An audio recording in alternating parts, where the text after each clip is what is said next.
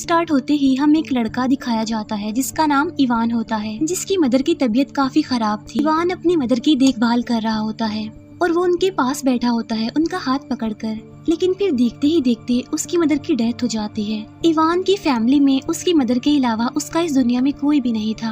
अब क्योंकि उसकी मदर भी नहीं रही तो वो काफी दुखी हो जाता है। इवान अपसेट होते हुए काफी डिसअपॉइंटेड हो जाता है और जिस बार में वो काम किया करता था, दिन बाद वो उस बार को दोबारा से ज्वाइन कर लेता है। वो वहाँ पर बैठा ही हुआ था कि कुछ लोग वहाँ पर आकर उससे लड़ने लगते हैं। इवान तो ऑलरेडी इस कंडीशन में नहीं था कि कोई उसे कुछ कहे और इसीलिए गुस्से में आकर वो उन लोगों से लड़ने लगता है और उनसे मारपीट करने लगता है और वो उन लोगों को इतना मारता है कि वो बेहोश होने वाले होते हैं। इस वजह से बार का ऑनर इवान पर काफी गुस्सा करता है और वो इवान को कहता है कि तुमने बहुत बुरी हरकत की है और इसीलिए कल से तुम्हें जॉब पर आने की कोई जरूरत नहीं है, क्योंकि मैं तुम्हें इस जॉब से निकाल रहा हूँ और तुम्हारी इस बार में अब कोई जगह नहीं है। इस बात की वजह से इवान का दिल टूट जाता है और वो अपने घर चला जाता है। वो अपना पासपोर्ट और कुछ जरूरी सामान लेकर एयरपोर्ट की तरफ चला जाता है और वहाँ से वो इटली की फ्लाइट लेता है।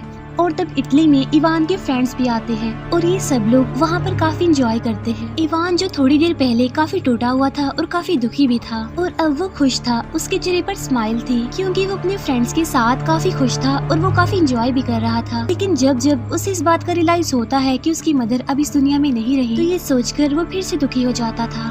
फिर इवान अपने फ्रेंड्स के साथ कहीं पर जा रहा होता है, तभी उसे वहाँ पर एक लड़की दिखाई देती है जिसने रेड ड्रेस पहनी होती है और इवान उस लड़के की तरफ अट्रैक्ट होने लगता है। वो उसे काफी अच्छी लग रही थी, लेकिन इवान में इतनी हिम्मत नहीं होती कि वो उस लड़की से जाकर बात भी कर ले और इसीलिए वो वहाँ से चला जाता है। और फिर इवान को वो लड़की एक बार फिर से दिखाई देती है और तब इवान डिसाइड करता है कि अब तो वो इस लड़की से बात जरूर करेगा और इसीलिए वो फौरन उस लड़की के पास चला जाता है और वो उस लड़की से उसका नाम पूछता है। तब वो लड़की अपना नाम लुइस बताती है। तब इवान बगैर कुछ सोचे समझे उससे पूछ ही लेता है कि क्या तुम मुझसे दोस्ती करोगी, जिस पर वो लड़की साफ इनकार कर देती है कि नहीं, क्योंकि मैं रिलेशनशिप में नहीं आना चाहती। तब इवान उसे काफी इंसिस्ट करने की कोशिश करता है। वो कहता है कि तुम मुझे बहुत अच्छी लगी हो, चलो वॉक पर चलते हैं ना और फिर साथ लंच भी कर लेंगे। और तब वो लड़की यानी लुइस मान जाती है।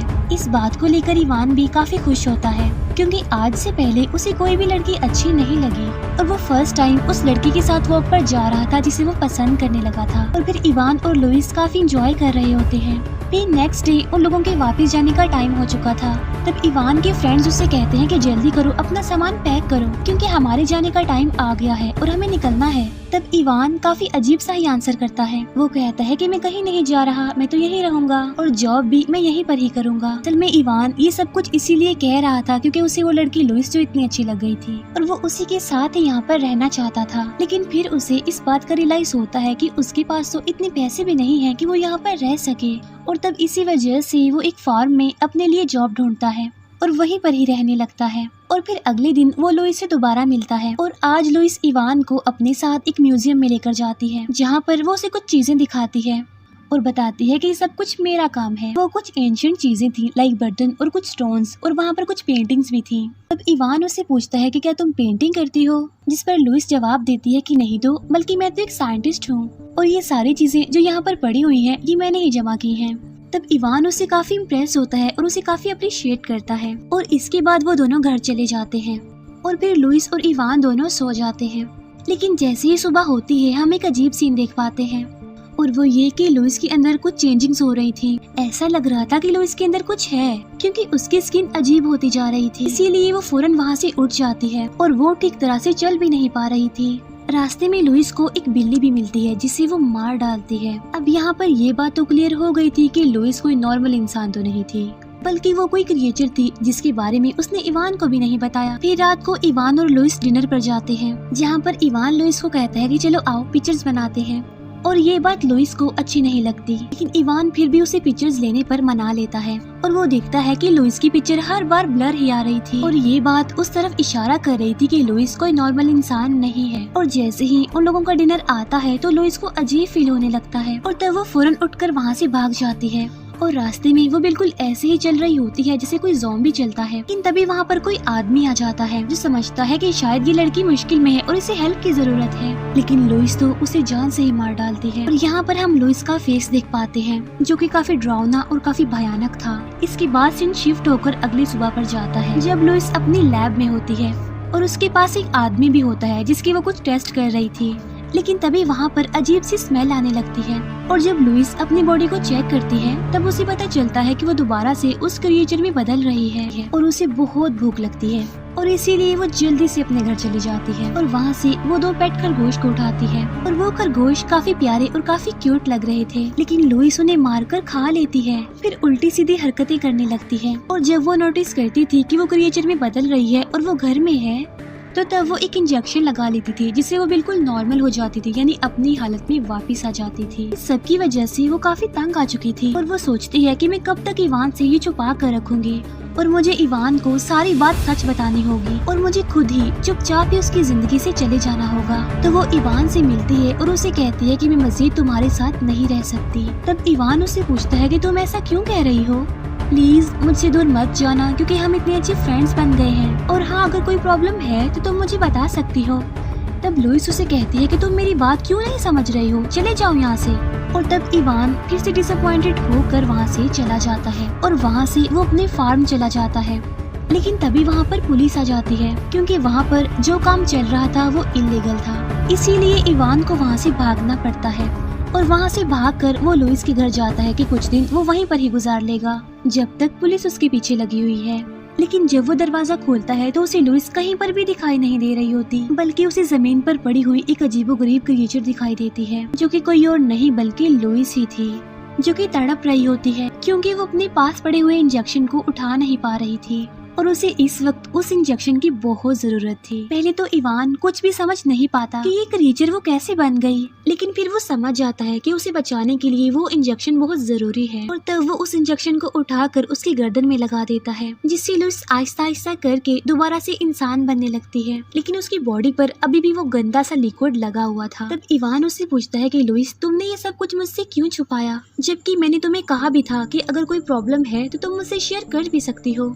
तब लुइस कहती है कि रियलिटी सुनने के बाद तुम मुझसे दूर चले जाते। तब इवान उससे पूछता है कि तुम बताओ तो सही कि आखिर तुम हो कौन और ये क्रिएचर कैसे बनी। तब लुइस बताती है कि मेरी एज 2000 साल है, यानी 2000 ईयर। असल में मैं पहले एक क्रिएचर ही थी और म्यूजियम में जो पेंटिंग्स तुमने देखी थी वो मेरी ही थी और वो सारी चीजें मैंने नहीं ढूंढी बल्कि टाइम के साथ साथ वो मेरे साथ ही रही। लेकिन फिर टाइम के साथ साथ मैं चेंज होती गई। हर 20 साल के बाद स्प्रिंग सीजन में मेरी बॉडी के सेल्स खुद को खत्म करने लगते हैं जिसकी वजह से मैं काफी वीक हो जाती हूँ और इसीलिए मुझे बार बार ये इंजेक्शन लेना पड़ता है। वो बताती है कि मैं तुम्हारे साथ रिलेशनशिप में इसी वजह से नहीं आई थी क्योंकि मेरे अंदर कोई फीलिंग्स ही नहीं है, क्योंकि मैं कोई इंसान तो नहीं हूँ, मैं एक क्रिएचर हूँ। तब इवान उससे कहता है कि मुझे तो लग रहा है कि तुम्हारे अंदर कोई सुपर नेचुरल पावर है। इस पर वो कहती है कि नहीं, बल्कि ये एक बीमारी है जो मुझे 2000 साल से है, जिसमें कोई भी इंसान कभी भी नहीं मरता, यानी वो इमॉर्टल हो जाता है और एक क्रिएचर में बदल जाता है। और ये बीमारी मुझे तभी से है जब मैं छोटी बच्ची थी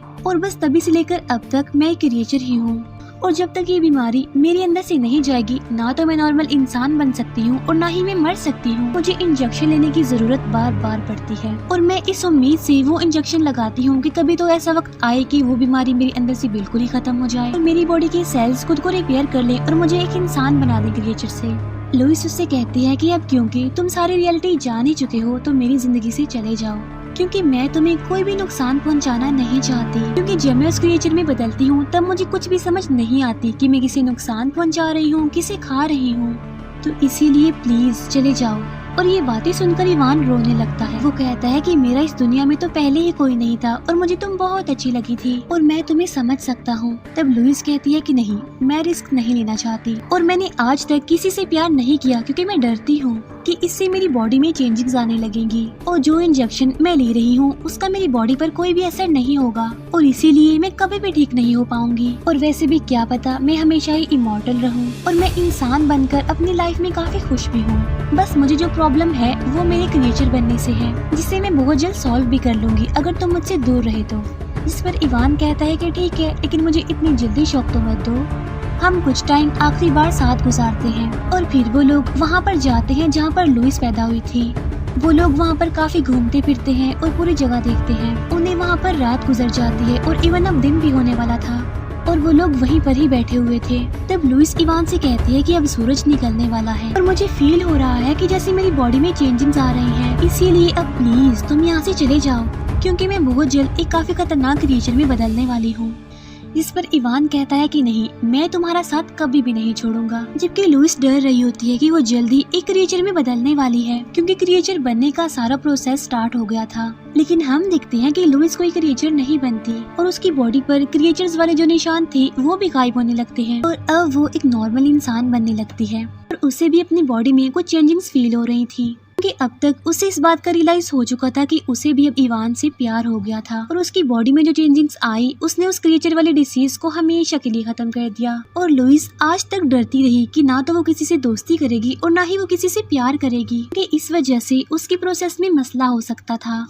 लेकिन आज जब उसके अंदर फीलिंग्स आई, उसकी बॉडी में चेंजिंग्स आई, तो उसकी बॉडी के सेल्स ने खुद को रिपेयर कर लिया और अब वो पूरी तरह से हमेशा के लिए इंसान ही बन गई थी। इस मूवी का डीप पॉइंट ये है कि हमें एक दूसरे के साथ खुशी खुशी और प्यार से रहना चाहिए, फिर चाहे वो कोई भी हो, आपकी फैमिली हो, आपके फ्रेंड्स हो। अगर आप दूसरों के साथ खुश रहेंगे तभी तो आप खुश रह पाएंगे। और यहीं पर इस मूवी की हैप्पी सी एंडिंग हो जाती है। Thank you.